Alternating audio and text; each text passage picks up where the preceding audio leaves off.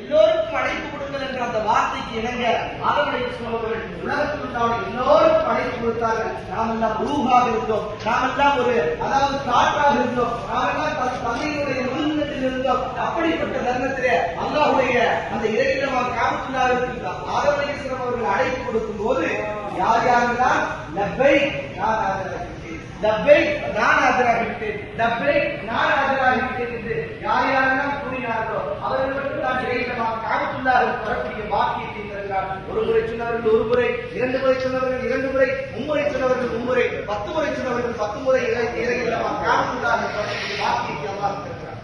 எதுவுமே சொல்லவில்லை என்று சொன்னால் அல்லாஹ் பாதுகாக்க வேண்டும். அந்த மனிதர்கள் அந்த யாரும் பதில் சொல்லாதவர்கள் இறையிலமாக காபத்துல்லாஹ்வுக்கு வர முடியாது. இதெல்லாம் அல்லாஹ்வுடைய திருவிழை கொண்டு லப்பைக் என்ற வார்த்தையை கூறிவிட்டீர்கள். சுப்ஹானல்லாஹ். நீங்கள் எல்லாம் பக்கத்தில் மனரமா ஹரம் ஷரீஃபிற்குள் பாதுகாக்கப்பட்ட பூமிக்குள் நீங்கள் நுழைந்து விட்டீர்கள். முதலில் அல்லாஹ்வுக்கு நன்றி செலுத்துவதற்கு கடமைப்பட்டிருக்கிறீர்கள். அல்லாஹ் குர்ஆனில் சொல்கிறான், கலீலமா தஷ்குரூன், கலீலமா தஷ்குரூன், நன்றி செலுத்துபவர்கள் மிக கம்மியானவர்கள் என்பதாக அல்லாஹ் சொல்கிறார். அப்ப உங்களுடைய நன்றி செலுத்துதல் அதிகமாக இருக்க வேண்டும். அல்லாஹ்விடத்தில் நாம் ஒரு உணவு சாப்பிட்டாலும் சரி, ரிஸ்க் சாப்பிட்டாலும் சரி, அந்த ரிஸ்க்கு என்னங்க நாம் உண்ணக்கூடிய உணவு நம்முடைய தொண்டையில் சரியான முறையில் இறங்கினால் அதுவும் ஒரு ரிஸ்க்.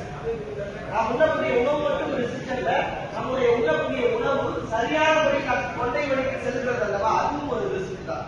ஏனென்று சொன்னால் அல்லாஹ்வுடைய படைப்பிலே எல்லாவற்றையும் அது சரியாக